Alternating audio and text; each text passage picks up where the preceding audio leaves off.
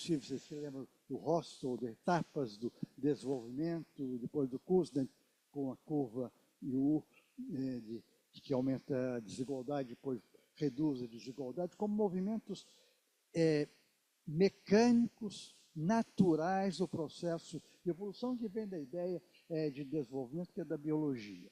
Nós estamos trabalhando com isso somente para dar esse pano de fundo e dizer para vocês que nós estamos discutindo, de fato, são instituições.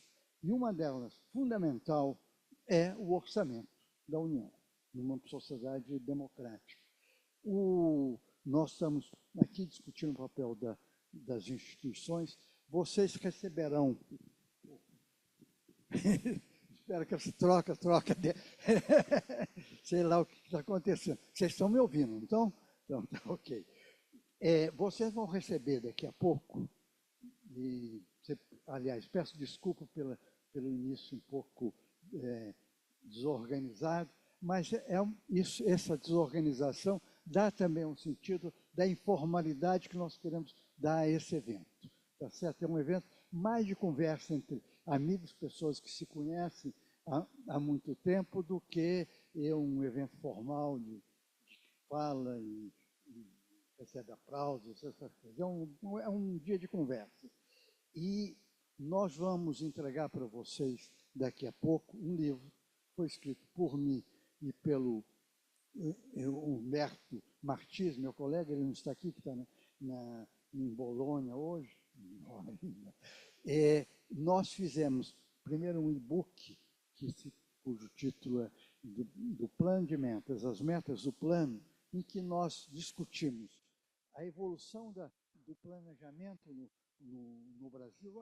Há um consenso entre todos nós que nós tivemos uma fase de auge e depois uma fase de declínio do planejamento. Então, nós fizemos essa análise baseada num framework de uma análise de ordem político-institucional, e esse e-book nós discutimos com alguns colegas, estou vendo aqui pelo menos dois deles, o Sérgio e Marcos. A Renata não teve a oportunidade de participar naquele dia, e dessa discussão surgiram duas linhas de recomendações muito claras. Uma delas é que devíamos avançar e aprofundar no planejamento no contexto da gestão.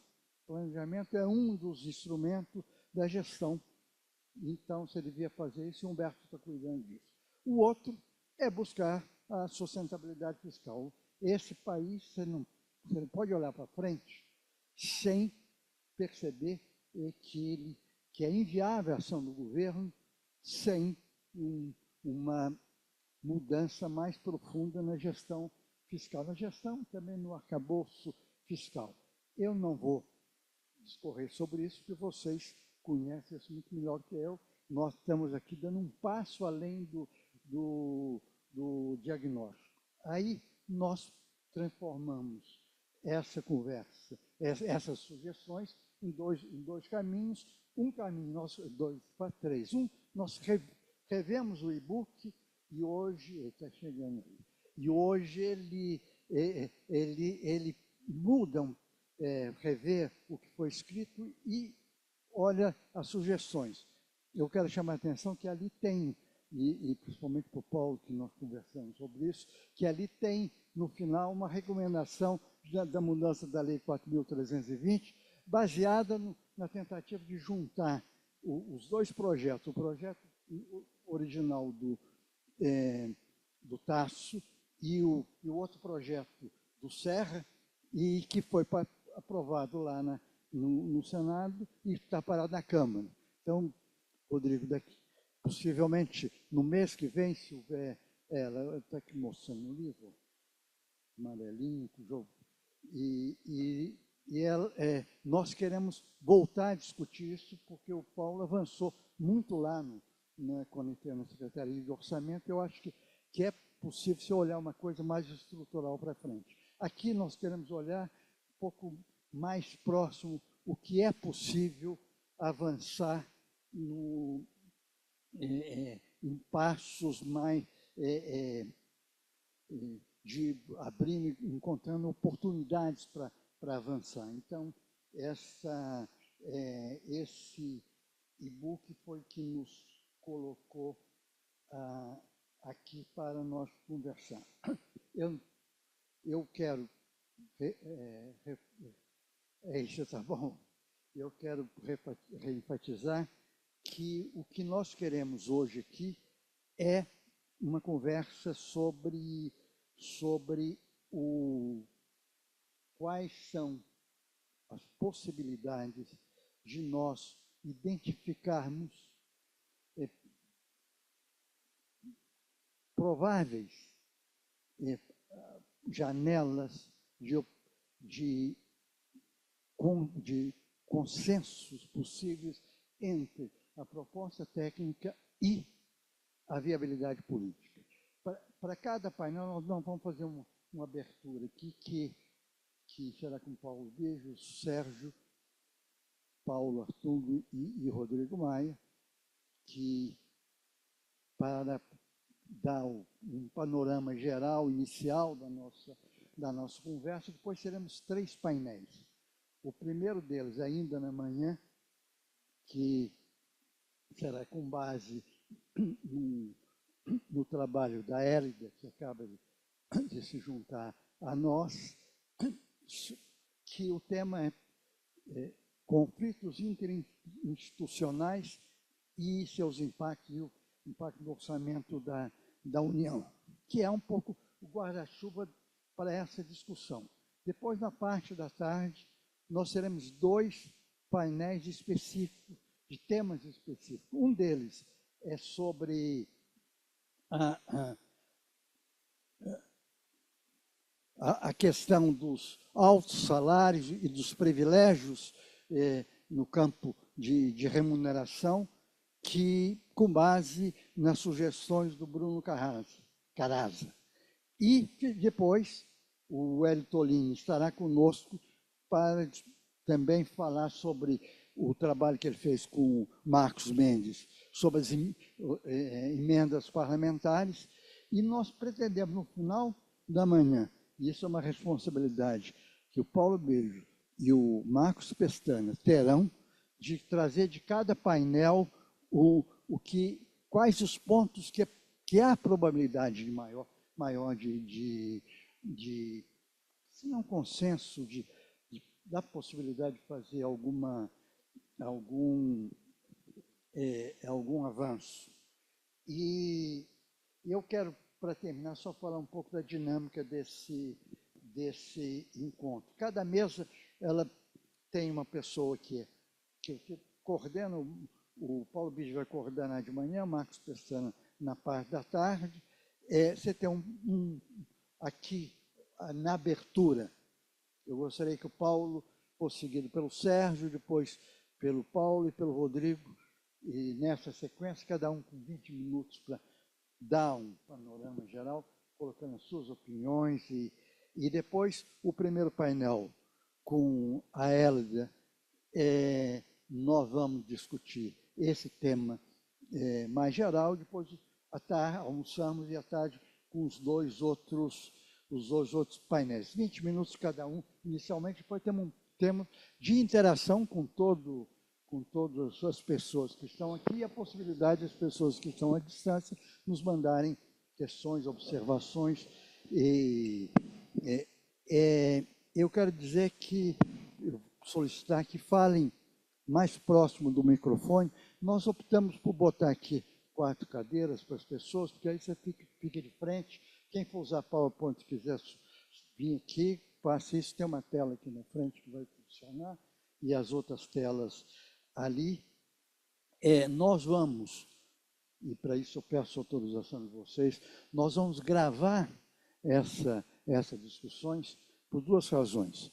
Primeiro, que nós pretendemos fazer 4 podcasts, uma série de podcasts com 4 podcasts, um de cada uma dessas sessões. Certamente ele não será tornado público sem submeter primeiro a autorização de vocês. E segundo, em função das pessoas que estão distantes, e nós não queremos perder uma única palavra do que é falado aqui para nos ajudarmos a avançar. Não tem coffee break para a gente explorar o máximo possível o tempo de vocês aqui, mas teremos um almoço. Então, eu gostaria de convidar, então, vocês dois para vir aqui e nós começarmos, de fato, esse nosso dia de interação. Muito obrigado. Bom dia a todos. Inicialmente, eu gostaria de agradecer ao convite aqui recebido. É com muita honra e prazer que venho participar dessa troca de ideias. Parabenizo a Fundação Dom Cabral e a Imagine Brasil, porque acho que realmente conseguiram reunir aqui pessoas que participam intensamente do debate com ideias muito interessantes. Então, creio que vai ser muito rico o evento de hoje. Se me permite, Paulo, eu gostaria de usar aqui um PowerPoint. Acho que eu vou ficar ali. Por favor, fique à vontade. Né? Eu estou achando que eu preciso talvez falar um pouquinho mais alto. Um pouco mais alto? Vamos lá. Eu já vi cá para Vamos lá. Você tem que ver se ligado? Pode ser. Aqui vai ligar a TV, se não sentir de baixo.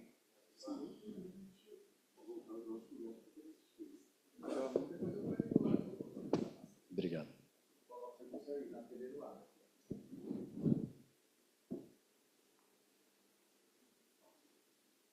Ótimo. Bom, vou aproveitar e ligar aqui o temporizador. Não quero passar de 20 minutos, né? Para que a gente não tenha problema com o tempo aqui. Bom, mais rápido, né? Apesar da informalidade, eu queria fazer também uma rápida ressalva aqui, que acho que é importante.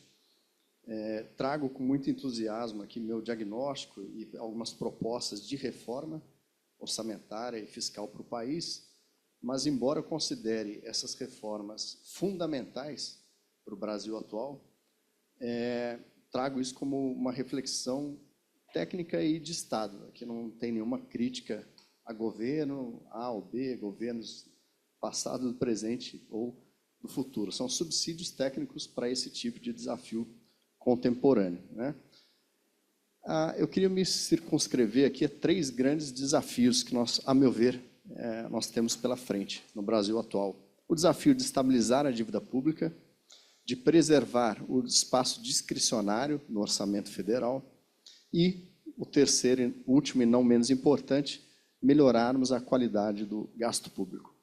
Vou ser bem sintético, então, em relação a cada um desses desafios, começando pela questão da dívida bruta do governo geral, a DBGG. Em rápida síntese histórica, eu identifico que nós temos 3 grandes momentos. Um primeiro momento, pré-crise 2014, 15 e 16, quando o patamar da DBGG era da ordem de 55% do PIB, né? Com a crise, como é dívida dividido por PIB, o denominador cai, com a crise, foi a pior recessão em termos de magnitude da queda do PIB, o biênio 2015-16, como esse denominador caiu muito, a razão dívida PIB saltou cerca de 20 pontos percentuais, para um segundo momento, 55 pontos do PIB para 75, né? Não só a queda do PIB, mas também a geração de déficits primários, tudo isso se somou para esse novo patamar. Depois nós temos aquela alta muito acentuada, seguida de uma queda abrupta, que se justifica em decorrência da pandemia da Covid-19. Pois bem, nós nos encontramos, então, hoje nesse patamar aí de volta de 75% do PIB. O que preocupa no cenário atual é que nós tendemos a um terceiro momento no qual a dívida vai para algo em torno de 90% do PIB. Aqui eu estou pegando a mediana das expectativas colhidas pelo Banco Central, né, as mais recentes. Qual que é a grande diferença em relação ao terceiro momento, em relação ao segundo, que nos inspira preocupação? Porque, enquanto aquele segundo momento estava muito ligado à queda do PIB, aqui é o contrário, a dívida cresce mesmo com o PIB crescendo. Então, realmente, isso sugere que nós temos uma questão a ser equacionada em relação à geração de superávites primários, né? Os cálculos são bastante variados, mas as estimativas de superávit requerido para estabilizar a dívida pública hoje são não inferiores a 1,5% do PIB. A fórmula é padronizada, né? Uma equação clássica. Alguns indicam 1,5%, 2%, 2,5% a 3%. Tem uma certa amplitude. Eu diria que não menos que 1,5%. Como nós temos hoje um déficit primário estrutural de cerca de 0,5% do PIB, o tamanho do desafio é de, no mínimo, 2 pontos percentuais do PIB. É muita coisa. Estamos falando em mais de 200 bilhões de necessidade de ajuste para estabilizar a dívida bruta. E aí, nós emendamos no segundo desafio, que é o de preservar espaço discricionário. Como é que eu vou conseguir fazer um ajuste de cerca de 200 bilhões se eu tenho que, ao mesmo tempo, preservar discricionárias? Certamente eu não vou encontrar 200 só nas discricionárias, até porque esse é o tamanho delas todas, né? Num estudo muito recente, em coautoria com o consultor da Câmara, Deison Almeida, é um estudo, então, da CONOF, né, da Consultoria de Orçamento da Câmara dos Deputados. Nós indicamos, com uma metodologia bastante simples, que o nosso espaço discricionário ele é reduzido e decrescente, né? A metodologia é bastante simples, nós partimos, por exemplo, de 2025. O limite para despesas primárias é fixo, de 2 trilhões 174 bilhões. Primeira dedução que nós temos que fazer é em relação às obrigatórias, né? É quase 2 bi. Então, aí sobram os 200 bi brutos de margem discricionária. Mas mesmo essa margem discricionária tem que ser seguida ou acompanhada de vários outros redutores, né? A reserva para emendas impositivas, 39 bilhões, os aportes discricionários necessários para cumprirmos os pisos da saúde e educação, mais 92 bi, e aí sim eu chego às chamadas discricionárias livres, que hoje são da ordem de 70 bilhões, 25 e 26.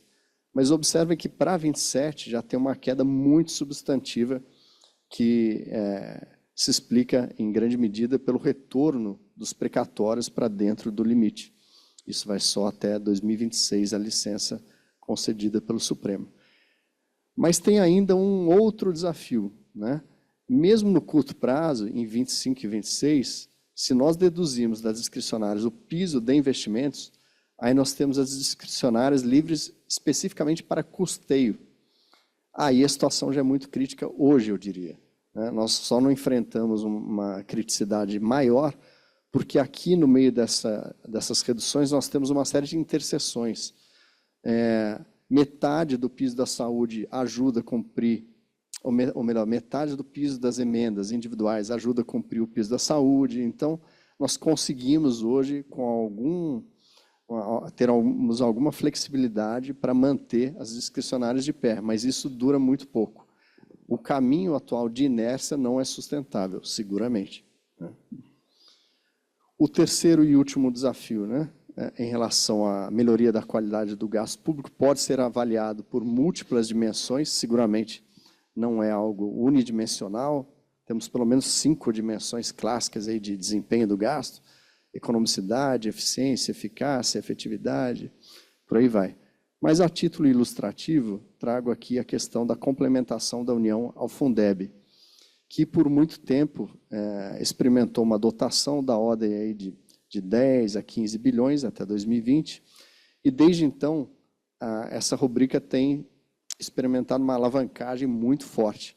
Os percentuais de complementação têm se elevado, partiram de 10% para 12%, 15%, 17%, 19%. Hoje estamos no penúltimo degrau, de 21%. No PELOA 26, no orçamento para 26, chegaremos no último degrau de 23% de alíquota de complementação, e ali, em tese, esse percentual se mantém fixo. Mas observem que saímos lá de 2020 para algo em torno de 16 bi, para agora, no orçamento de 25, para 56 bi, mais de 40 bilhões, né? Cerca de 40 bi. A questão é, tudo bem, mais recursos para a educação certamente é importante. A questão é, e o desempenho associado a esse acréscimo de recursos, né?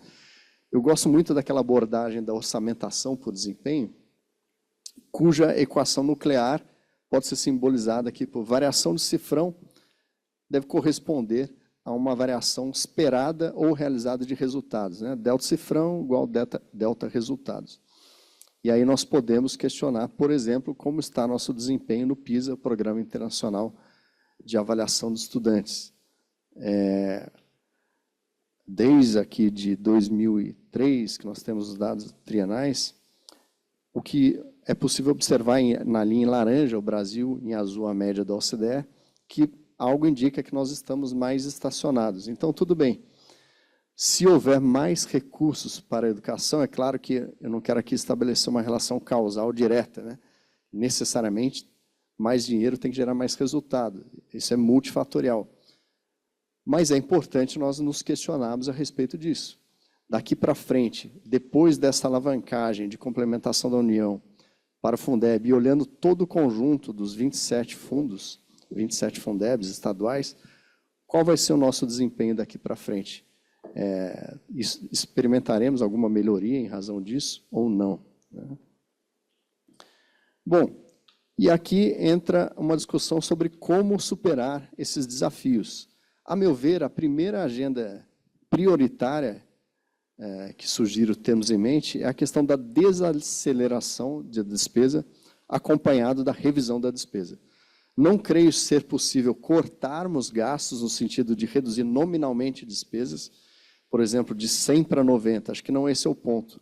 O ponto é, em vez de evoluirmos de um ano para o outro de 100 para 120, por que não um aumento mais frugal de 100 para 105, mais fiscalmente assimilável? As duas grandes medidas de alto impacto fiscal, a meu ver, são a desindexação de despesas frente ao salário mínimo e a desvinculação de despesas em relação ao comportamento da receita.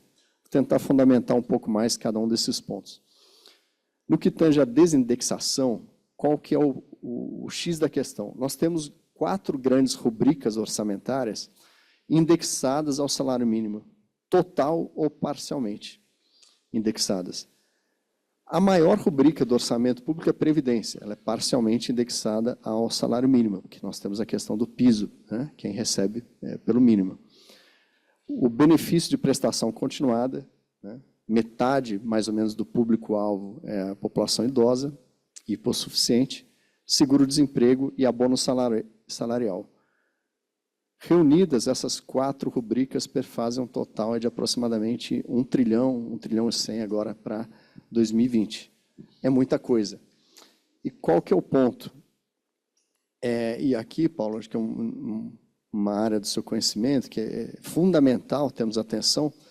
As duas maiores, Previdência e BPC, são muito sensíveis à evolução demográfica, né? Qual que é o quadro hoje? Por que isso é um sinal amarelo caminhando aqui para o laranja, vermelho, né? Porque precisamos ter atenção à demografia.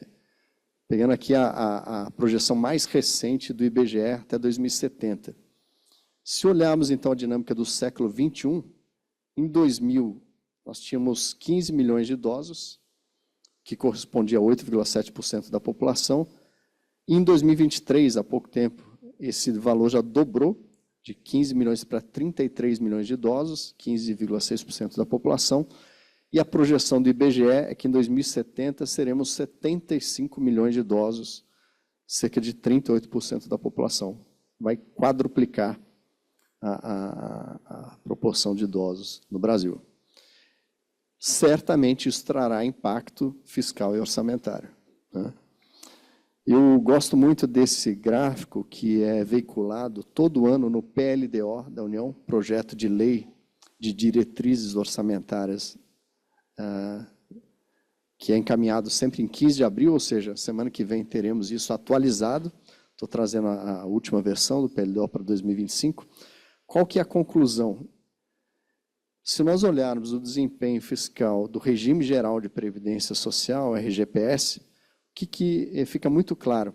Do lado das receitas, em azul, elas permanecem praticamente estacionadas de hoje a 2100, em algo em torno de 6% do PIB. Ao passo que as despesas do regime geral, que hoje são da ordem de 8% do PIB, a linha vermelha, que se mantém nesse patamar praticamente até 2030, tudo bem, né? De certa forma, um médio prazo, mas nem sempre a lente de médio prazo é suficiente. No caso da demografia e previdência, eu preciso de um óculos de longo prazo. E aqui fica muito claro, a partir de 40, 50, 60, 70 até 2100, ao final as despesas alcançam cerca de 16% do PIB. Ou seja, se a receita se mantém estacionada em 6 e a despesa vai para 16, nós temos uma interrogação estratégica aqui a ser colocada para o país. Como pretendemos financiar esse déficit desta magnitude no futuro? Entendo que a questão está em aberto, né? Em relação ao segundo item, a desvinculação de despesas em relação às receitas. Existe um princípio orçamentário clássico, que é não vinculação de receitas. Isso é o ideal gerencial orçamentário, né? Justamente para ter a liberdade alocativa à luz de cada momento histórico, das suas respectivas necessidades. De todo modo, para algumas áreas, a Constituição fixa pisos, né? E a fórmula concebida para esses pisos, que hoje são de saúde e educação, e por tabela também da complementação ao Fundeb, foi definir pisos atrelados ao desempenho da receita. Receita corrente líquida, no caso do piso da saúde, e receita líquida de impostos, no caso da educação. Será que foi uma boa opção? Definir pisos não é o que está em discussão aqui. A questão é, pisos atrelados a qual fator, né? O problema de termos despesas vinculadas a receitas é que receitas são cíclicas, tornam o gasto muito volátil e consequentemente, procíclicos, enquanto que o tecnicamente ideal é que a despesa seja anticíclica, né? Trago aqui um exemplo da consequência disso. Quando o piso da saúde era atualizado apenas pela inflação IPCA, se nós pegarmos a base de 22, 140 bi, foi para 150 em 23, aqui eu trouxe um contrafactual, um exercício. Se nós mantivéssemos o piso atrelado ao IPCA, ele teria sido de 157 bi em 2024. Como nós mudamos a regra de atualização, em vez de inflação, voltamos à receita, o salto foi da ordem de 60 bi para 218. Eu vivi isso na prática e pude perceber as implicações e as consequências gerenciais disso, né? E, novamente, não estou fazendo aqui, de forma alguma, uma crítica ao piso da saúde, mas sim à sua forma de atualização, né?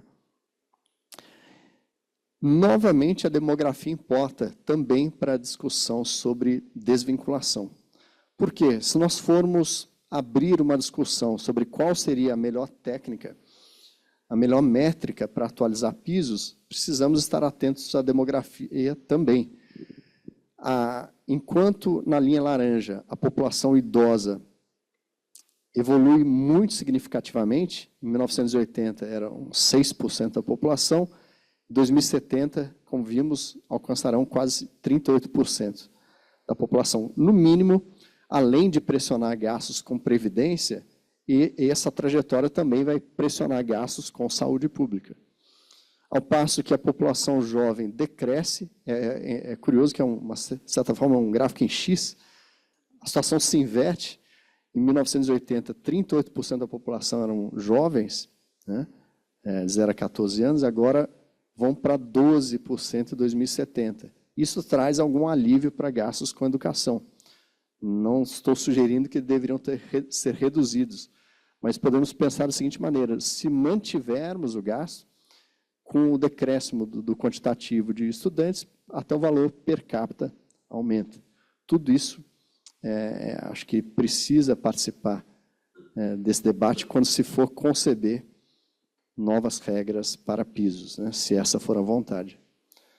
Então, aqui eu encerraria a minha apresentação com o que nós temos a propor, né? Como podemos transitar para um modelo mais sustentável, mais consentâneo com as realidades históricas do Brasil atual. A proposta é que façamos uma revisão estrutural acompanhada da abordagem da orçamentação de médio prazo. Revisão estrutural do gasto público com orçamento de médio prazo. As áreas prioritárias de despesas a serem contempladas por essa nova abordagem seriam os benefícios previdenciários e sociais, bem como os pisos da saúde e educação, né?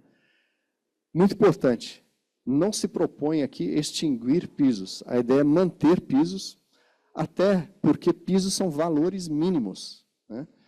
E não é saudável, ao meu ver, alavancarmos muito a regra do piso, porque se é um valor mínimo, se houver condições fiscais, nada impede que o governo aporte mais nessas áreas, né? Nessa proposta, teríamos um modelo de transição em que todas essas despesas seriam atualizadas apenas pela inflação até 2031, para termos uma espécie de freio de arrumação da situação fiscal atual. Depois disso, nós teríamos ciclos revisionais de médio prazo. Como funcionaria essa proposta? A cada primeiro ano de mandato, a partir de 2031, o novo presidente eleito poderia sugerir diferentes critérios de atualização de ganhos reais. A atualização pela inflação estaria sempre garantida, mas eventuais ganhos reais para benefícios previdenciários, sociais, piso da saúde e educação seriam cautelosamente avaliados nesses primeiros anos de mandato. E aí seria enviado ao Congresso uma proposta, um projeto de lei complementar, para que esses parâmetros tivessem vigência apenas por 4 anos, até o primeiro ano do mandato seguinte. É importante também, uma virtude desse modelo, é que ele está sempre mais aberto, mais oxigenado à situação fiscal do país e às necessidades históricas. Hoje nós temos, por exemplo, que observar a chegada, o embarque de custos de transição energética no país que são inadiáveis. Nós vivemos uma grave crise climática e isso ainda não está devidamente contemplado nas nossas projeções fiscais, mas é inevitável. Então, a cada ciclo de 4 anos, nós teríamos a oportunidade de fazer esse tipo de reflexão. E, para finalizar, vi aqui que acabou de encerrar os 20 minutos, conectar todo esse processo com atividades de avaliação de políticas públicas. Eu aproveito para deixar aqui o gancho para o Sérgio Firpo, né? Eu sou um grande defensor dessa abordagem realmente do orçamento por desempenho, conhecido em língua inglesa como performance budgeting, que é muito praticado, lido, debatido no exterior, mas, ao meu ver, ainda muito pouco no Brasil. Se nós entrarmos no Google acadêmico, digitarmos performance budgeting, temos dezenas e centenas de produções acadêmicas de alta qualidade sobre o tema, muito pouco aqui ainda, né? Mas acho que é isso. Qual é o núcleo conceitual do orçamento por desempenho? É conectar a avaliação com a orçamentação pública. Não podia deixar também de dizer aqui, fazer um elogio ao nosso querido deputado e presidente Rodrigo, que patrocinou muitas dessas ideias na Câmara. Tentamos levar isso para um anteprojeto de lei complementar.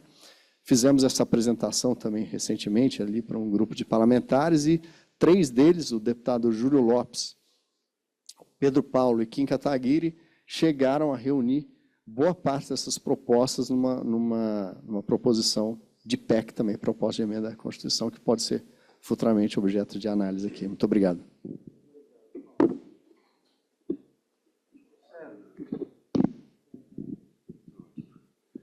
Bem, bom dia a todos e todas. Primeiro, eu queria agradecer ao um dos Paulos, né, o Paulo Paiva, pelo convite, ao Aldemir por nos hospedar hoje aqui, e agradecer também a oportunidade de estar nessa mesa, né, junto, né, do meu amigo Paulo Bijos, Paulo Hartung, que no Espírito Santo implementou algo muito original e à época que ajudou, inclusive, o governo federal a se espelhar, né, que tem a ver com o que acabou acontecendo com o CEMAP, o Conselho de Monitoramento e Avaliação de Políticas Públicas do governo federal, né, que, de alguma maneira, né, bebeu da fonte do que foi concebido no Espírito Santo. Então, muito feliz de estar na mesa com você. E nosso querido Rodrigo, que precisou se ausentar, mas que também, né, liderança importante, né, para consolidar esse processo de monitoramento e avaliação, como o próprio Paulo Bijos mencionou.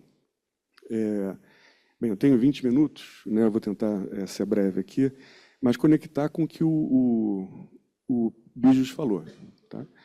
Que tem a ver com o último ponto dele, né, da qualidade do gasto, né, a qualidade do gasto público, né, como sendo aquele terceiro item, né, para além da evolução da dívida sobre PIB, né, da pressão sobre discricionárias, né, essa noção de que a gente gasta muito, né, e gasta mal, né?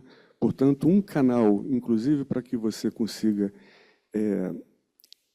tirar um pouco da pressão sobre as despesas discricionárias, né, e mesmo também sobre a própria evolução da dívida PIB, e aqui, Paulo, eu não sei se em 93% estabiliza, né, aquilo ali tem cara de explosivo, né? Mas, então, talvez a gente tenha que fazer um trabalho anterior a isso. Mas entender, né, a qualidade do gasto como sendo uma média ponderada da qualidade das políticas públicas existentes, né? Então, na hora que você pensa, né, como é que você quer aumentar a qualidade do gasto, você tem duas estratégias a partir desse entendimento de que a qualidade do gasto é essa média ponderada. Você pode melhorar a qualidade de cada uma das políticas que você tem, ou você pode realocar o orçamento na direção das políticas mais bem avaliadas. Mas, de qualquer maneira, né, você envolve um processo avaliativo para você poder saber o que você precisa melhorar, qual é o aperfeiçoamento que você precisa ter em cada uma das políticas que você avaliou. E, na hora que você quiser realocar orçamento, você precisa também ter esse mapa, né, de quais são, qual é a direção para onde você quer ir, né? Dentro da primeira estratégia, que é essa melhoria que eu chamo por dentro, ou seja, olhando para cada uma das políticas e pensando num processo de aperfeiçoamento, eu queria contar um pouquinho do que a Secretaria de Monitoramento e Avaliação tem feito desde a sua criação em 2023. Tá? Acho que tem um componente importante, a Secretaria que toma conta, né, do Conselho de Monitoramento e Avaliação de Políticas Públicas, né, a Secretaria Executiva desse Conselho, composto por 5 ministérios. Então, é uma avaliação das políticas feita pelo centro de governo. Nesse sentido, é uma autoavaliação das políticas do governo, feita pelo Executivo, mas, de alguma maneira, com distanciamento, por ser centro de governo e não ser, né, um setorial que executa a política. Mas o envolvimento, né, dos gestores das políticas públicas que são avaliadas nesse processo avaliativo tem se percebido como sendo fundamental para que a gente consiga, de fato, aperfeiçoar a política sem ter uma necessidade, né, de fazer com que o SEMAP, esse conselho, ele determine as mudanças a partir da avaliação, ou seja, não tem uma imposição legal, né, a partir das recomendações das avaliações para que haja mudanças nas direções que o SEMAP aponta. Há, portanto, todo um processo de engajamento dos gestores para que essas mudanças, de fato, aconteçam. A gente tem percebido que, a partir do engajamento, desde o início do processo avaliativo, a recepção, né, no processo posterior, em que as recomendações são levadas aos gestores, tem sido muito diferente. Tá? O SEMAP já existe, né, desde 2016, antes era um comitê, se tornou conselho em 2019, né? Portanto, ele percorre esse trajeto que não é de um governo, mas sim de, né, diversos governos. Começou, né, no governo Rousseff, depois Temer, Bolsonaro e Lula, e, portanto, parece ser, né, uma política, ou uma instituição, né, de Estado, né, assim quero crer, e que, mas que não tem esse papel de mandatório, no sentido de que as recomendações tenham que ser implementadas. Portanto, esse papel de gerar engajamento tem sido muito importante. Agora, nada disso funciona se você não fizer mudanças no processo avaliativo. Você tem que oferecer uma padronização das avaliações para que os gestores das políticas avaliadas possam se comparar e entender em que métricas, como o Paulo trouxe, as diversas métricas de critérios avaliativos, eficiência, equidade, economicidade, por aí vai, como é que eles se comparam com as demais políticas. Né? No passado, se faziam avaliações que eram diferentes dependendo de quem era o coordenador da avaliação. Hoje, a gente tem um processo totalmente uniforme, uniformizado, e cada uma das políticas passa pelos mesmos critérios de avaliação. Né? Então, a gente tem desde uma avaliação inicial de desenho, diagnóstico, desenho, né, de implementação, de governança, de efetividade, execução orçamentária e financeira, né, que permite uma comparabilidade entre todas as políticas que têm sido avaliadas. Uma vez que você tem a avaliação, você gera recomendações. E essas recomendações levam a planos de ação para as mudanças, ou seja, esse processo que eu falei que é uma mudança por dentro, né, na qualidade do gasto público, requer aperfeiçoamento constante das políticas. Para isso, você precisa saber o que fazer, né, e desenhar um plano de ação nem sempre é a coisa mais simples quando você tem gestores ocupados com o dia a dia, né, da sua política pública. A gente tem trabalhado junto desses gestores para que esses planos de ação sejam desenhados e seguidos. Tá? Então, isso é outra coisa importante. Algo que a gente tem inovado também é no processo de disseminação dos resultados de avaliação.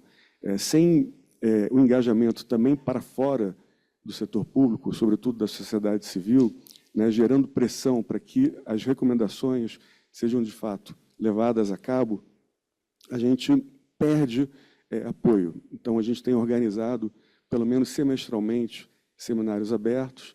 O primeiro foi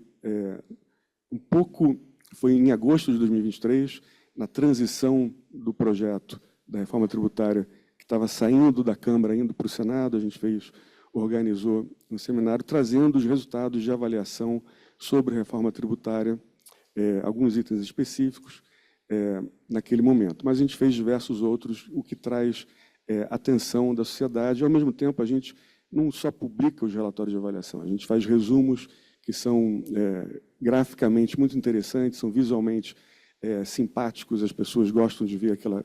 São a folha, 2 páginas frente e verso, que a gente carinhosamente chama de nossos coloridinhos, porque eles vêm em cores diferentes, dependendo da política que é avaliada.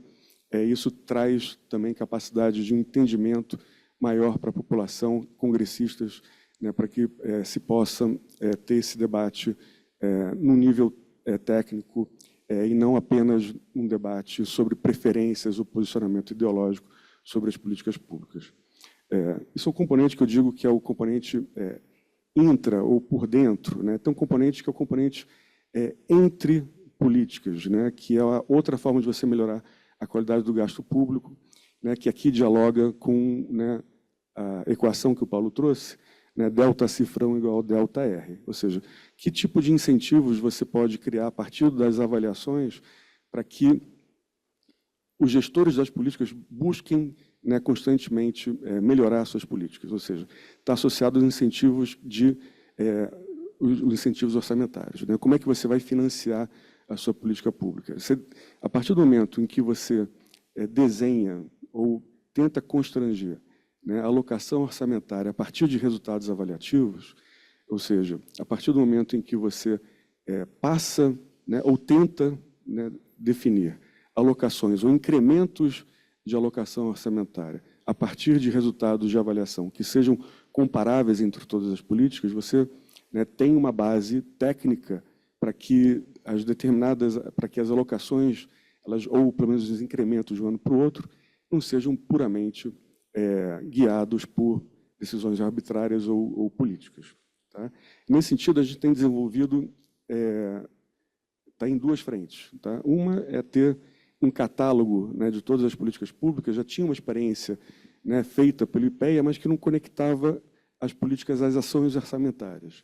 Tá? Você precisa saber, né, de que ações a política pública ela bebe da fonte orçamentária. Tem políticas que não são financiadas diretamente com orçamento, que são políticas, né, que também são avaliadas pelo CEMAP, né, de gastos tributários, de benefícios financeiros que estão no orçamento, mas também de creditícios que afetam dívida, mas que não estão diretamente vinculados ao orçamento.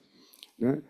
Uma vez que você tem esse catálogo das políticas, né, cabe, no período seguinte, você fazer uma avaliação dessas políticas, tá? Todas as políticas. Ora, o CEMAP ele tem uma estrutura ainda muito pequena. A gente não consegue dar escala, né, às avaliações que a gente faz. A gente avalia em torno de 15 políticas por ano no universo de 300. É muito pouco, portanto, né, demoraria 20 anos para que a gente pudesse fazer a avaliação de, né, um ciclo inteiro, lembrando que o número de políticas sempre cresce. Né? Não daria, a gente não tem escala. Então, o que a gente desenvolveu, né, deve entregar até o final do ano, é uma ferramenta que a gente chama pela abreviação de MAP, Metodologia de Avaliação Padronizada de Políticas, em que a gente consegue fazer, né, avaliações curtas, mas que permitem comparabilidade, né, das políticas para que a gente possa ter, sim, agora esse mapa e fazer prescrição de alocação orçamentária a partir de critérios de qualidade de cada uma das políticas. Então, isso é algo que a gente vai entregar até o fim do ano. Isso é fruto também de uma parceria com a SOF e pode alimentar, inclusive, o processo de seleção de políticas públicas que são avaliados no CEMAP, nesse conselho. Uma outra frente que a Secretaria tem se debruçado, e aqui, né, uma parceria que se iniciou com a SOF durante a gestão do Paulo Bijos, é o processo de revisão de gastos. O processo de revisão de gastos, ele bebe também da fonte da avaliação, mas não só da avaliação, né? Você pode pensar que você pode iniciar um processo de revisão de gastos a partir de avaliações de desenho e de implementação, de governança, e um pouco também de efetividade, quando você está pensando, né, em falhas de cobertura, né, das políticas. E a partir desse diagnóstico do que não funciona nas políticas, quais são potenciais economias que você obteria se você fizesse mudanças, não apenas no desenho, que pode ser uma mudança estrutural de regras, como o Paulo trouxe aqui para algumas, mas também na gestão dessas políticas, né? Existem diversas falhas de operação nas políticas, a gente sabe, né? Muitas vezes a gente associa o processo de pente fino a um combate à fraude, mas não é apenas fraude, assim, né? É uma melhoria no processo de gestão de pagamentos de benefícios, né, que você consegue fazer a partir de avaliações ou relatório de auditoria. Então, esse é um processo que a gente tem, em parceria com a SOF, a gente iniciou, selecionou, né, algumas políticas para esse processo de revisão. Tem muito ainda a ser feito. Eu acho que um caminho para que a gente consiga avançar tem a ver com a inclusão desse processo de revisão ao ciclo orçamentário, né? A gente fez avanço, a gente hoje no anexo, né, do PLDO que vai ser enviado, né, no dia 15 de abril, né, tem, né, a partir da Lei Complementar 200, né, tem esse dispositivo que abre, né, no anexo a colocação do que foi feito, né, de economia, o que se pretende fazer de economia, né, para o ano seguinte, a partir de um processo de avaliação das políticas públicas. A gente começou no ano passado, já colocou, né, as economias feitas a partir de mudanças normativas no CMNE sobre o Proagro, e a partir também de um grupo de trabalho que se debruçou sobre pagamentos de benefícios previdenciários, né, geridos pelo INSS, né, na forma como esses pagamentos são feitos. Algumas inovações foram ali propostas, levadas para o projeto, e este ano a gente deve, né, trazer também continuidade desses projetos e também de novidades que nós temos trabalhado. Tá? Mas fazer com que esse projeto, fazer com que o processo de revisão de gastos esteja no ciclo orçamentário de maneira institucionalizada, todo ano apareça, né, para além da PLDO, acho fundamental. Tá? Acho que é importante. A gente tem feito também algumas mudanças, ainda sem ter uma prescrição de frequência. Isso em normativos, né, da AGEL já aparece também a previsão de revisão de gastos, mas o ideal é que isso esteja amarrado claramente, né, às leis orçamentárias existentes. Tá? Eu não sei quanto tempo eu tenho, Paulo, perdi meu controle aqui.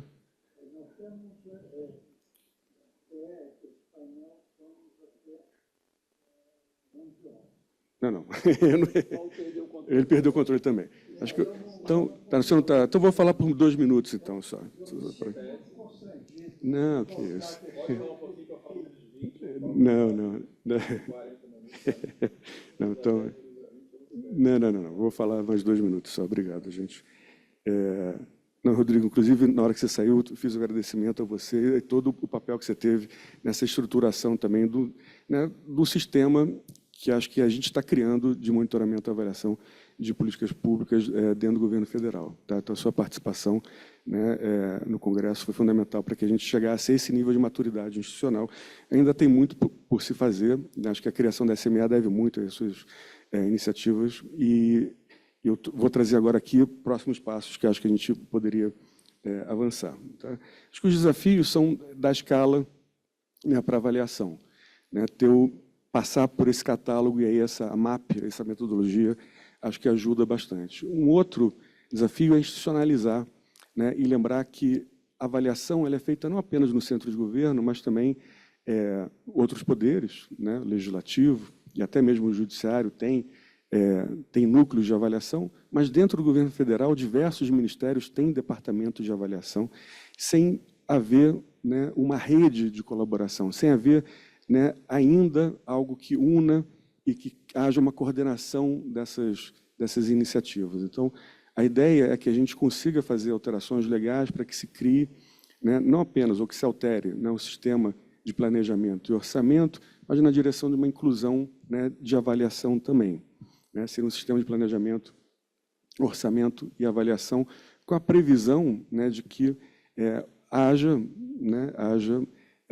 técnicos, assim como tem os SPOAs, né, espalhados pelos ministérios, né, também haja técnicos responsáveis pela avaliação e haja uma coordenação desses esforços de avaliação, né, nos ministérios, né, que já existe, mas que haja uma coordenação e que poderia, portanto, a Secretaria de Monitoramento e Avaliação fazer esse papel, né, de ser o coordenador desse sistema. Tá? Então, para isso, a gente tem, né, trabalhado em propostas que alteram a 10.180, né, no sentido de trazer a inclusão, né, da avaliação como dentro do sistema. Então, a ideia é que haja, né, um sistema federal de planejamento, de monitoramento e avaliação também.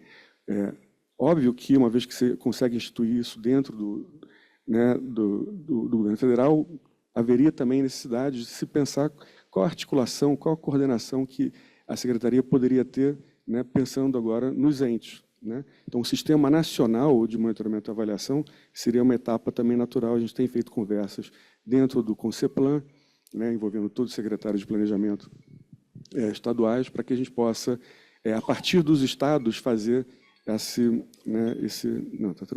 fazer esse avanço institucional também. Tá? Por fim, não, antes do fim, tem mais uma coisa antes do fim. Acho que tem todo um processo, uma demanda de participação social no processo avaliativo que gera diversidade, gera inclusão e que não deve ser desprezado. A gente ainda está muito atrás do que a gente deveria e gostaria de avançar nessa dimensão.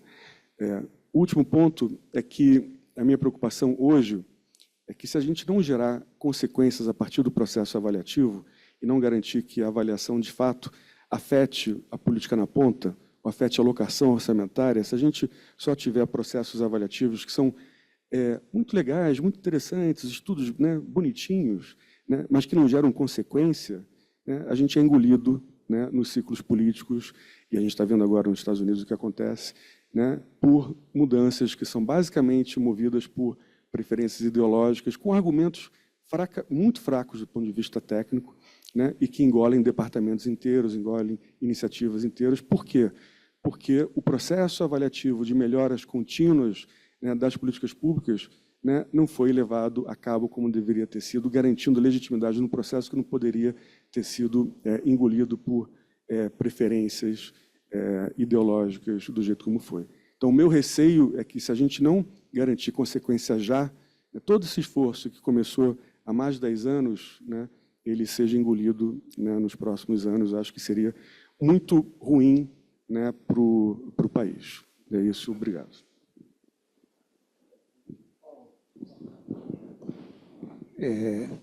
Bom dia a todos.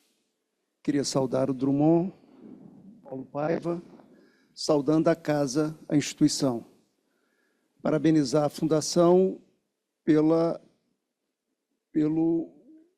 grande colaboração que tem oferecido ao nosso país, inclusive que ofereceu aos capixabas, tanto na área privada quanto na área pública. Né? Então, eu queria deixar esse registro. E, por fazer esse exercício aqui, né? Eu acho que o Rodrigo vai tocar nesse ponto, né? mas em todo momento que a política brasileira encontra na área técnica uma formulação clara, consistente, a possibilidade da gente transformar isso em avanço para o país é efetivo, né? É só lembrar, vou lembrar uma experiência aqui, que foram os estudos que fundamentaram a reforma da Previdência, a última reforma da Previdência que nós fizemos. Isso foi fundamental. Então, esse exercício aqui é importante, né? Queria saudar o Paulo, e acho que ele fez uma apresentação que declara para todos nós que os problemas estão em cima da mesa. E, do ponto de vista técnico, nós sabemos o caminho da solução. Não tem mistério. Saudar o Sérgio. Quer dizer, eu me lembro, Sérgio, quando Ana Paula Vesco liderou no governo capixaba a estruturação de uma área no Instituto Jones Santos Neves, é o nosso IPEAzinho lá, capixaba, né? Para iniciar um processo de avaliação das políticas públicas estaduais, né?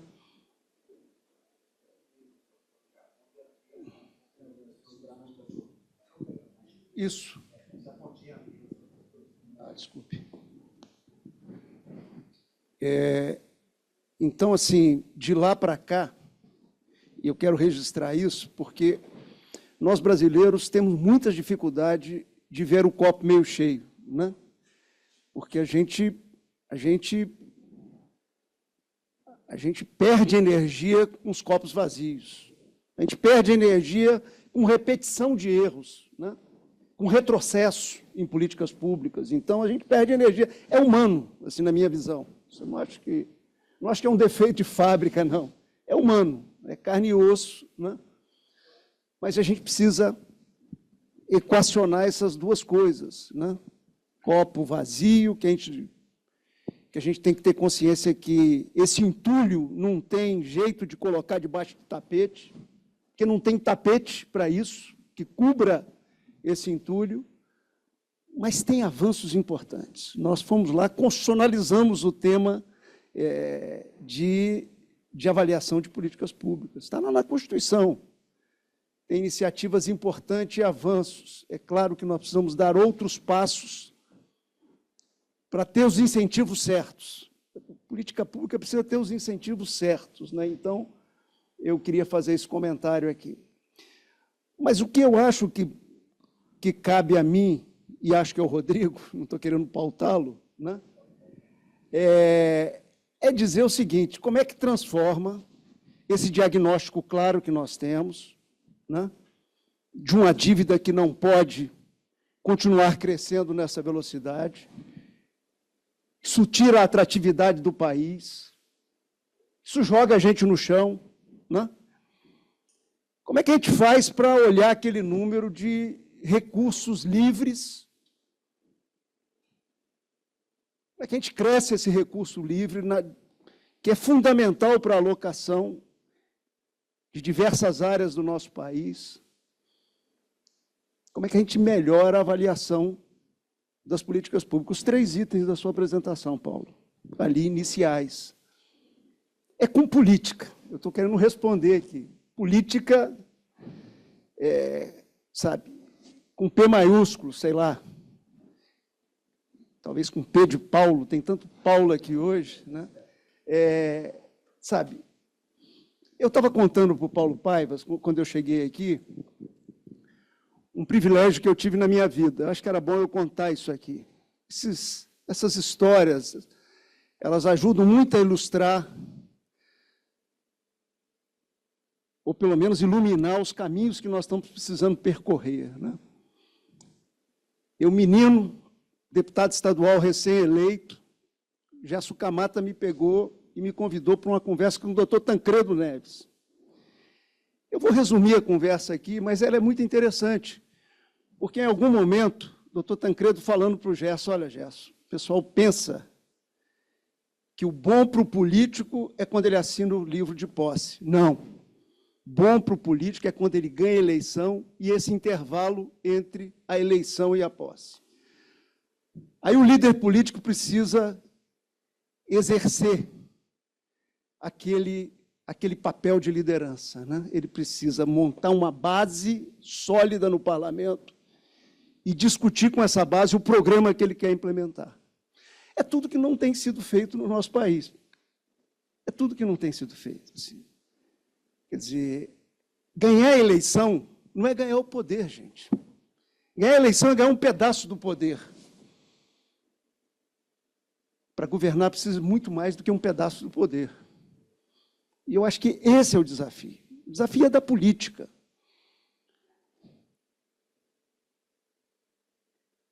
Meu pai e minha mãe me contavam como é que foi o plebiscito lá no João Goulart. Quando a gente foi para o parlamentarismo e saiu do parlamentarismo imediatamente. Eu vivi o plebiscito, vivi na rua, gente, é diferente isso. Eu era um dos prefeitos mais bem avaliados do país, prefeito de Vitória, por pesquisas diversas, e fui para a rua pedir voto para o parlamentarismo. O que a sociedade falava comigo? O que Dona Maria, seu Pedro falavam comigo? Olha, a gente gosta muito de você. Estamos até dispostos a votar em você mais vezes, mas não proponha para a gente entregar o poder para os deputados. Assim, a resposta era assim, era o discurso do Brizola, não sei se vocês eram nascidos nessa época, né?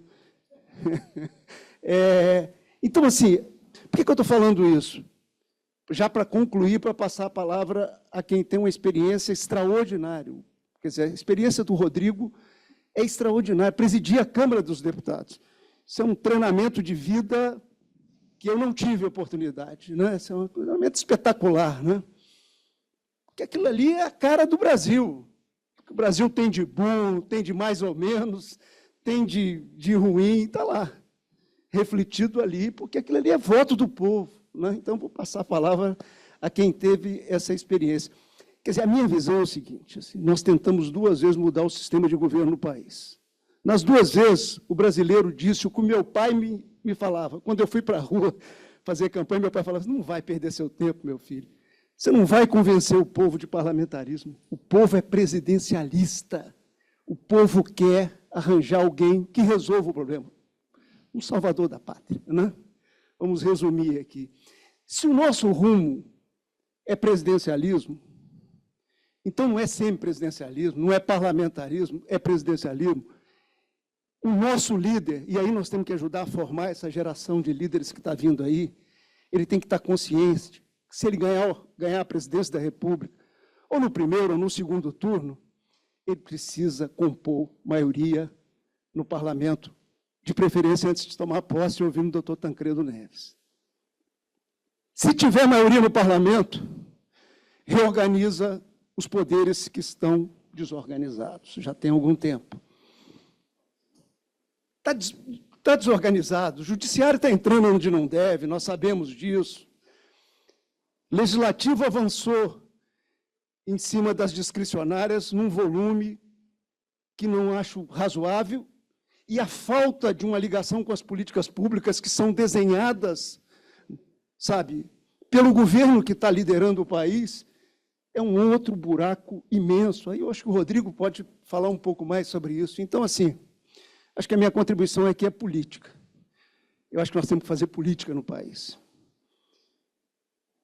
Meu sentimento é minha pele, gente. Isso não é pesquisa, não é... Minha pele é que está abrindo uma possibilidade nova no país para que isso seja feito. Política, né? Debater política. Parar com essa história. Ah, mas vai compor com o Centrão? Não, eu vou compor com o eleitor do Centrão, que colocou o Centrão lá. Eu não tenho como fazer diferente, sabe? Eu tive que fazer isso. Eu me elegi prefeito de Vitória sem maioria. Minha mulher queria que a gente tirasse umas férias, porque uma campanha, quem aqui não disputou campanha, é barra pesada. Eu morro de saudade. Eu falei para o Rodrigo hoje, assim, mas é um negócio que é pesado. Eu falei, não, eu vou ter que trabalhar agora, depois da eleição. Né? Então, assim, eleição é um processo muito rico, né? não tem quali, não tem quanti, não tem avaliação de rede, pulso de rede que chegue a você entrar numa feira livre e conversar com a população. É disso que eu morro de saudade. Você não tem, mas eu tenho. Então, eu paro por aqui. Eu acho que tem um espaço para política no país, e tem que fazer política, tem que compor maiorias. Né? É com presidencialismo que nós vamos, acho eu, posso estar enganado. Né?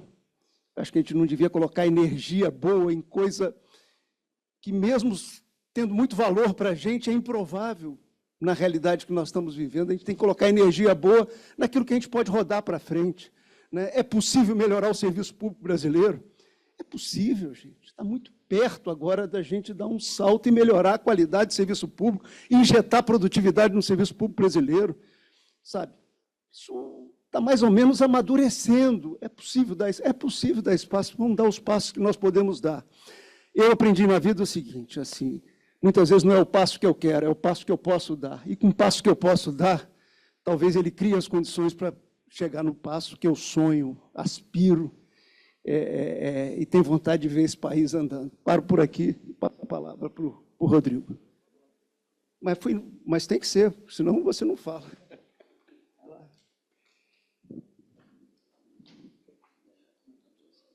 Bem, bom dia. Obrigado aí ao ministro pelo convite. Uma honra estar aqui. Vinha só para ouvir, né? Aí, vocês me botaram para falar. Agradecer ao Sérgio, ao Paulo pelas palavras, ao Paulo principalmente a nossa parceria na Câmara, que eu queria que tivesse sido mais tempo, mas a presidência da Câmara tomava a gente por todas as pautas. Paulo, meu amigo aqui, que eu respaldo tudo que ele falou. Eu vou tentar fazer uma análise, né, porque eu acho que nós chegamos no momento atual, que não vem de hoje, né? Vem do processo da redemocratização, da nova Constituição. Né? Lembrando do que eu participei, do meu primeiro mandato no segundo governo do presidente Fernando Henrique, então acompanhei um pouco antes. Né? A minha análise, a minha opinião, e divirjo muito dessa opinião, que o parlamento está muito forte. Eu acho que o que nós tínhamos no passado era um parlamento muito fraco. Nós tínhamos quase uma ditadura, porque medida provisória não tinha prazo, veto não era votado, e o orçamento autorizativo era uma ditadura. Né? É claro que, geralmente, a burocracia dos ministérios, do Congresso, eles defendem um pouco isso, né? O poder absoluto do presidente da República. Né? Então, tanto o presidente Fernando Henrique quanto o presidente Lula governaram assim, né? Negociando o orçamento com o parlamento.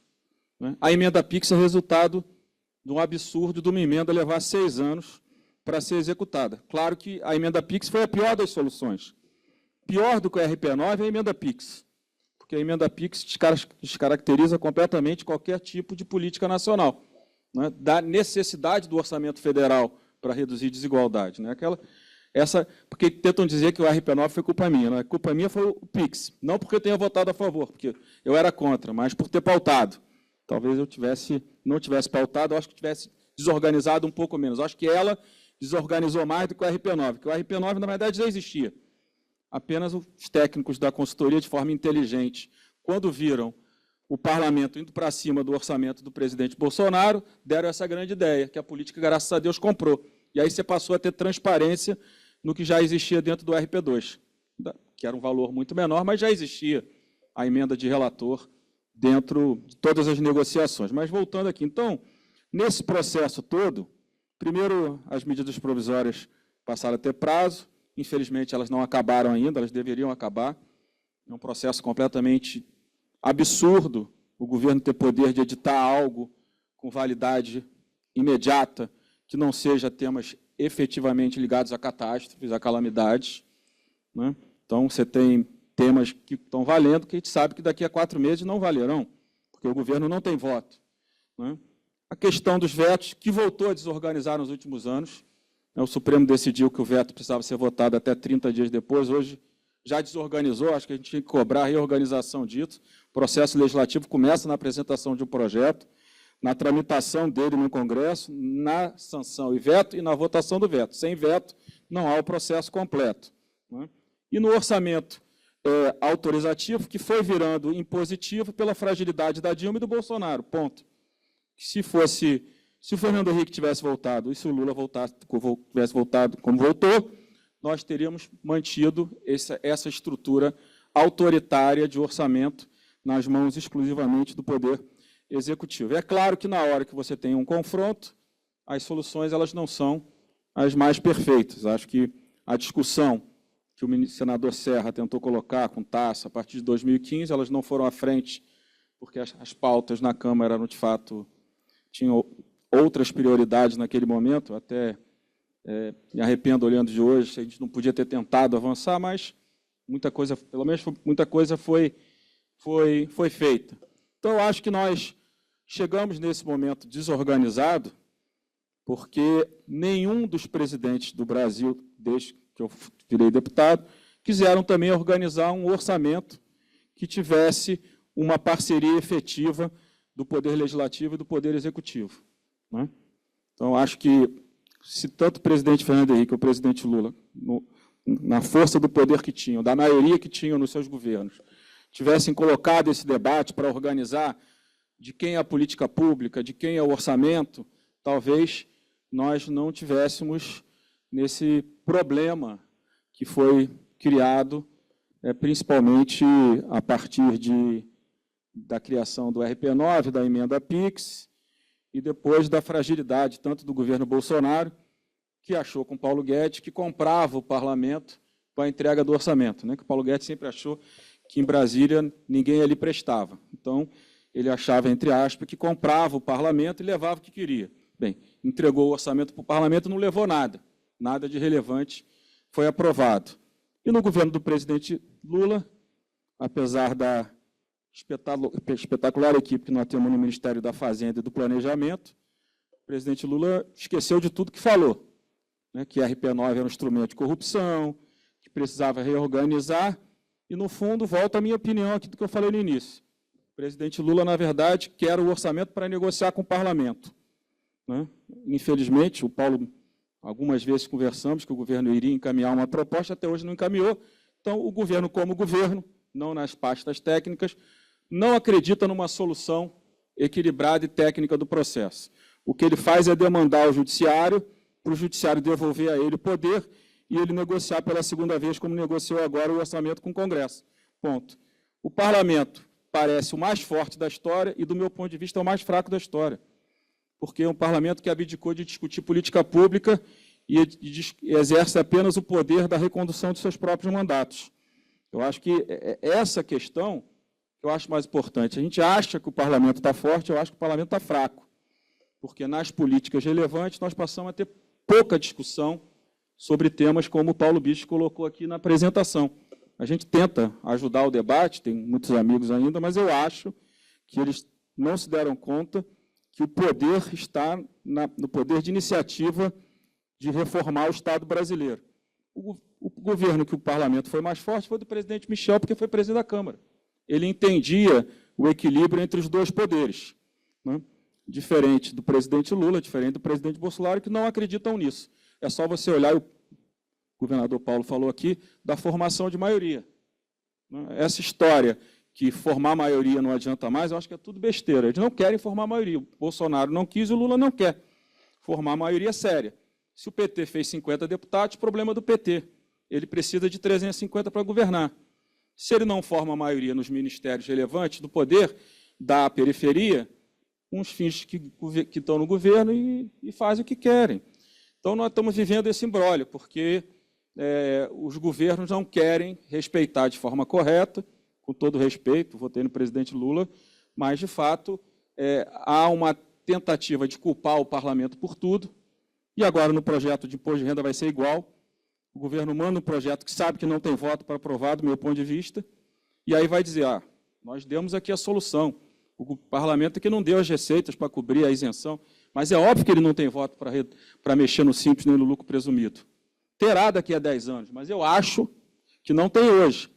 E aí vamos carregar tudo no lucro real de novo, essa carga tributária desincentivando investimentos. Então, eu acho que nós estamos num momento ruim, né? O Paulo trouxe os argumentos aqui, as propostas para a gente começar a reorganizar o processo orçamentário. Não ocorrerá.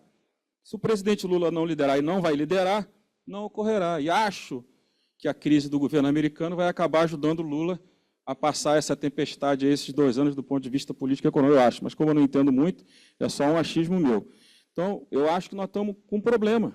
Do lado das despesas, não haverá mudança relevante nenhuma. Ao contrário, nós estamos, em vez de estar reorganizando simples lucro presumido para organizar o superávit primário, nós estamos usando o que ainda tem de espaço de gasto tributário para gerar mais despesa.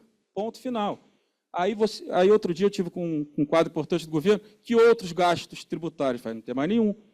Zona Franca vocês renovaram. Cesta básica vocês renovaram. Aqui tem quase 100 bi. Lucro presumido simples tem 300. Vocês não vão conseguir mudar muito, até podem mudar alguma coisa no presumido, mas não vão mudar muito. Qualquer outra política, vocês vão mexer em dedução de saúde? Não vão.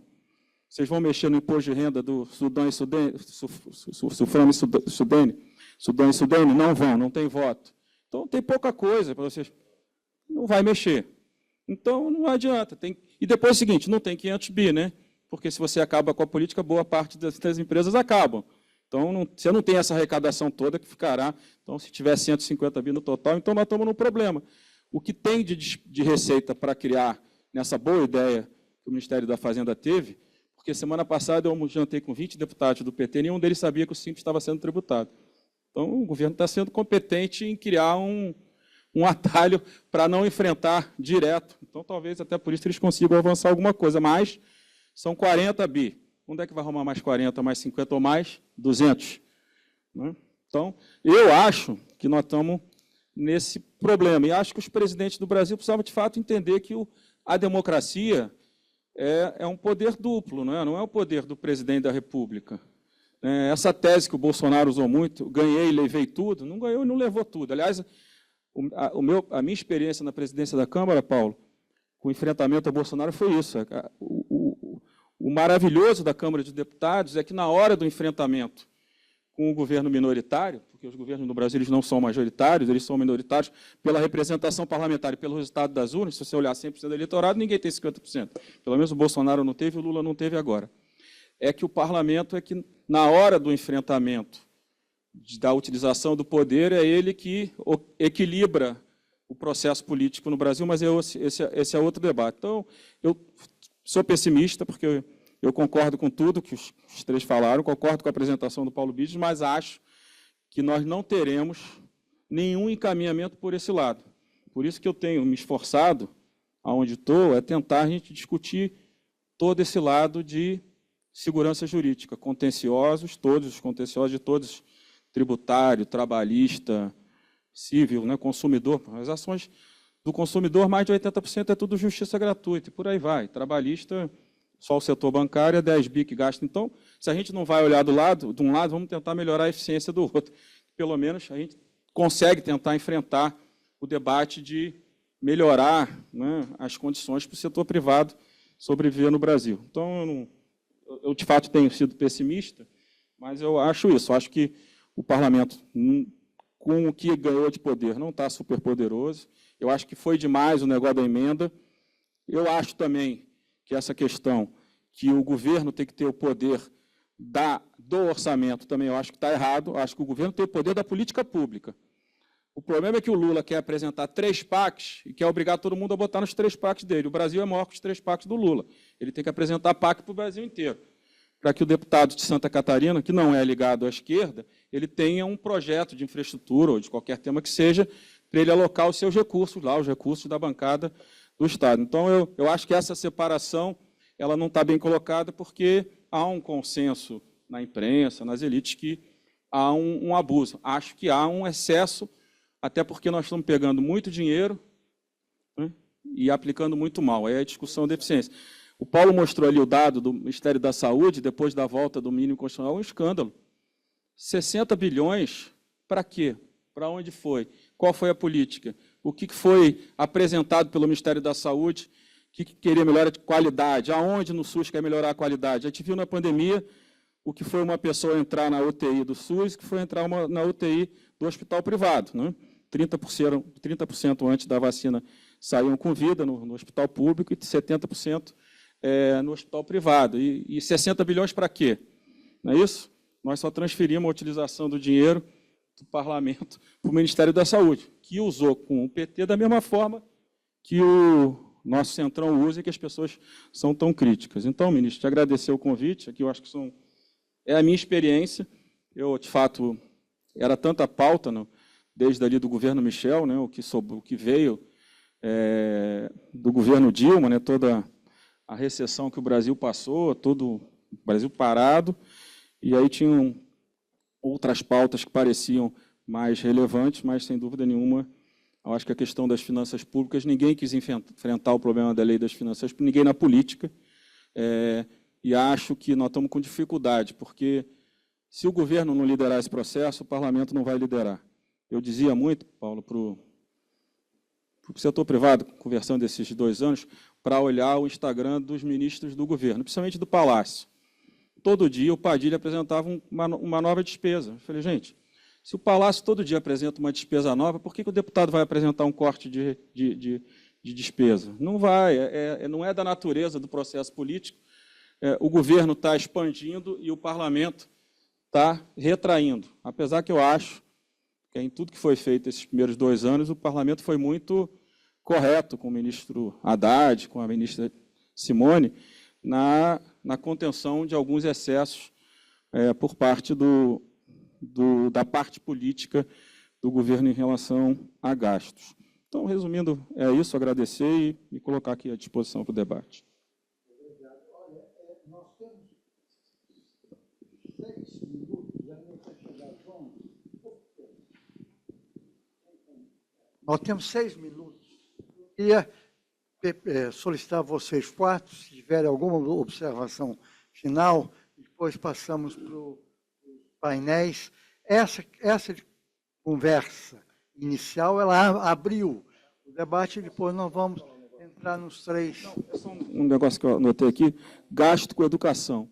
O grande problema da ampliação do gasto com educação é que, no final, os sindicatos não cumprem o acordo conosco e a proposta vai sempre direto na veia para gasto para eles e não para a qualidade do ensino, não vai para a preocupação com a criança. Então, o debate da complementação do FUDEB veio direito, no final, eles descumpriram completamente o acordo de algum indicador mais objetivo da qualidade, daquele gasto, e, no final, também não deixaram votar a nova regra do piso salarial dos professores.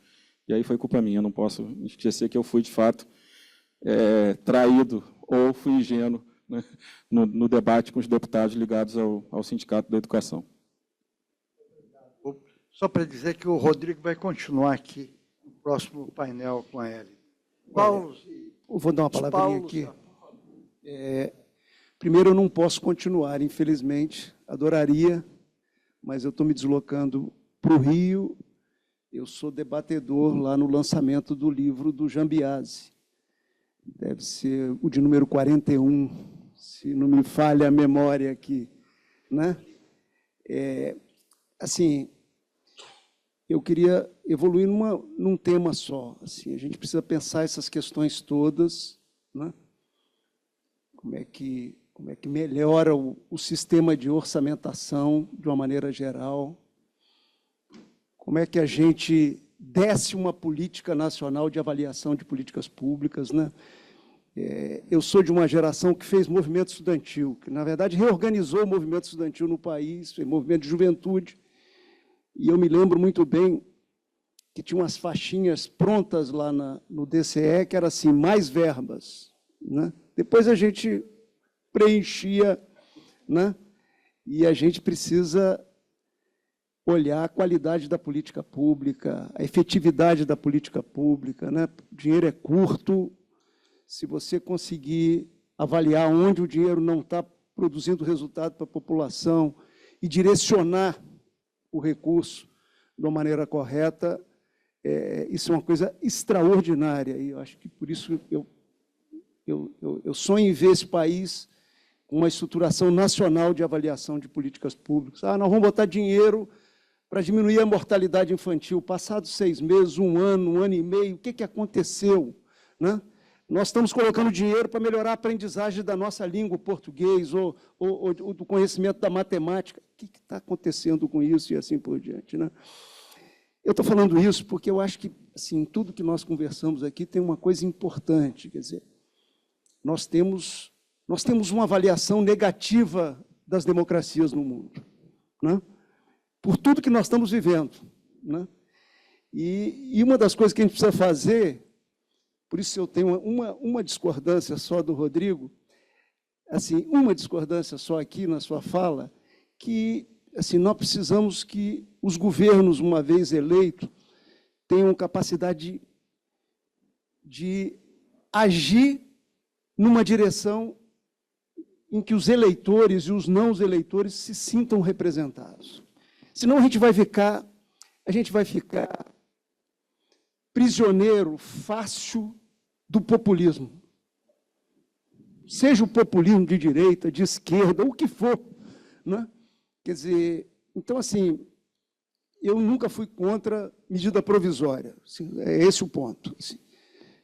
Eu sempre fui a favor de regulamentar o uso da medida provisória, sabe? Assim, mas eu acho que tem questões que governo, e aí se nós estamos no presidencialismo, eu estou voltando à minha fala original, se nós estamos no presidencialismo, e é com presidencialismo que nós vamos continuar navegando, quer dizer, seja o presidente A, B, C, ele precisa ter instrumentos, ferramentas que dê velocidade a respostas em relação a desafios. Se os desafios já precisavam de respostas rápidas há 20 anos atrás, imagina agora, com esse mundo conectado, com todo mundo tendo opinião sobre tudo, falando sobre tudo, e assim por diante. Então, assim, tem uma questão democrática aí, né? Eu sou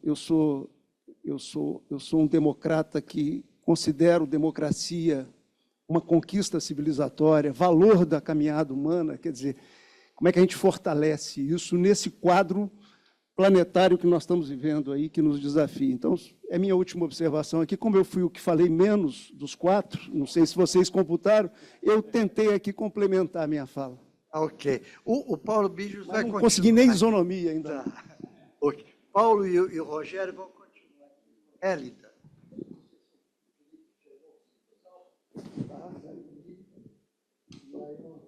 Eu agradeço você. Só fazer um comentário. Pois não, senhor. Rapidinho, só duas coisas, bem rapidamente. A primeira é que eu acho que assim, esse processo de avaliação, né, bem estruturado, né, em que a gente consegue, de fato, melhorar políticas públicas a partir das avaliações e colocar mais recursos nas políticas que são capazes de aumentar a produtividade da economia e, portanto, capacidade de repagamento da dívida, ou seja, você pensa que a dívida é um instrumento para financiar políticas públicas que aumentam a produtividade. Se você consegue fazer esse processo funcionar, né, essa trajetória da dívida ela pode, né, até mesmo estabilizar, né, a níveis maiores, porque a taxa de juros pode ser menor se esse processo, de fato, for um processo virtuoso, um círculo virtuoso. Caso contrário, né, a gente vai explodir. Né? Outro ponto, conversando com a fala do Rodrigo, eu, assim, dentro do Executivo Federal, tenho uma visão pragmática do uso das emendas. Eu acho que tem experiências, né, as cartilhas dos ministérios mostram, né, como que se pode tentar usar emendas para financiar políticas públicas, né? Então, se você tiver cartilhas bem estruturadas, a gente no Ministério fez um estudo, né, para entender quais são as características das cartilhas mais bem-sucedidas nesse processo de, né, trazer, né, financiamento via emendas. Se você tiver uma padronização ou usar essa, né, o que se sabe sobre o que funciona, acho que ajuda muito nesse, né? Acho que assim, acho que o ponto é, não dá para se sentar e chorar e ficar com, né, que dá luz a esse trabalho que começou na Fazenda e está com vocês agora, que poucos parlamentares conhecem. Isso. Sobre avaliação de resultado, até para a gente poder ter uma massa crítica dentro do Congresso, quando precisar ir lá, olhar, ler e entender como é que repactua, como é que melhora a eficiência dessas políticas. Eu acho que é uma coisa que é pouco, vamos dizer, pouco utilizada pela política. Muitas vezes eu mando para alguns parlamentares que não fazem a menor ideia e estão pedindo algum documento.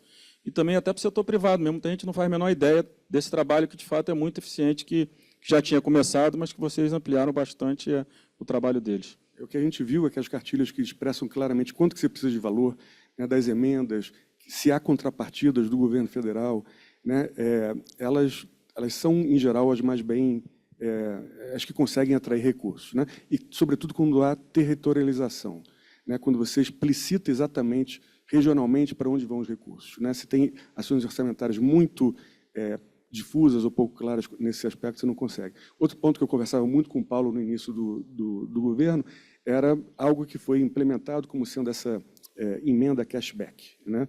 Ou seja, como é que você cria incentivos para que os congressistas aportem recursos, mas levem o crédito político, né, daquele aporte. Mais ou menos como cashback, porque você coloca um, leva dois, onde esse adicional vem do governo federal. Dentro da política pública do governo, ele coloca um, você vai dar outro, que na verdade é a política sua. Exatamente. Você está de acordo, você está querendo ampliar aquele gasto. Exatamente. Exatamente. A política é proposta pelo governo federal, mas quem se apropria politicamente é o congressista. Nós vamos discutir ele à tarde. Eu gostaria de... Para o Paulo tem que sair.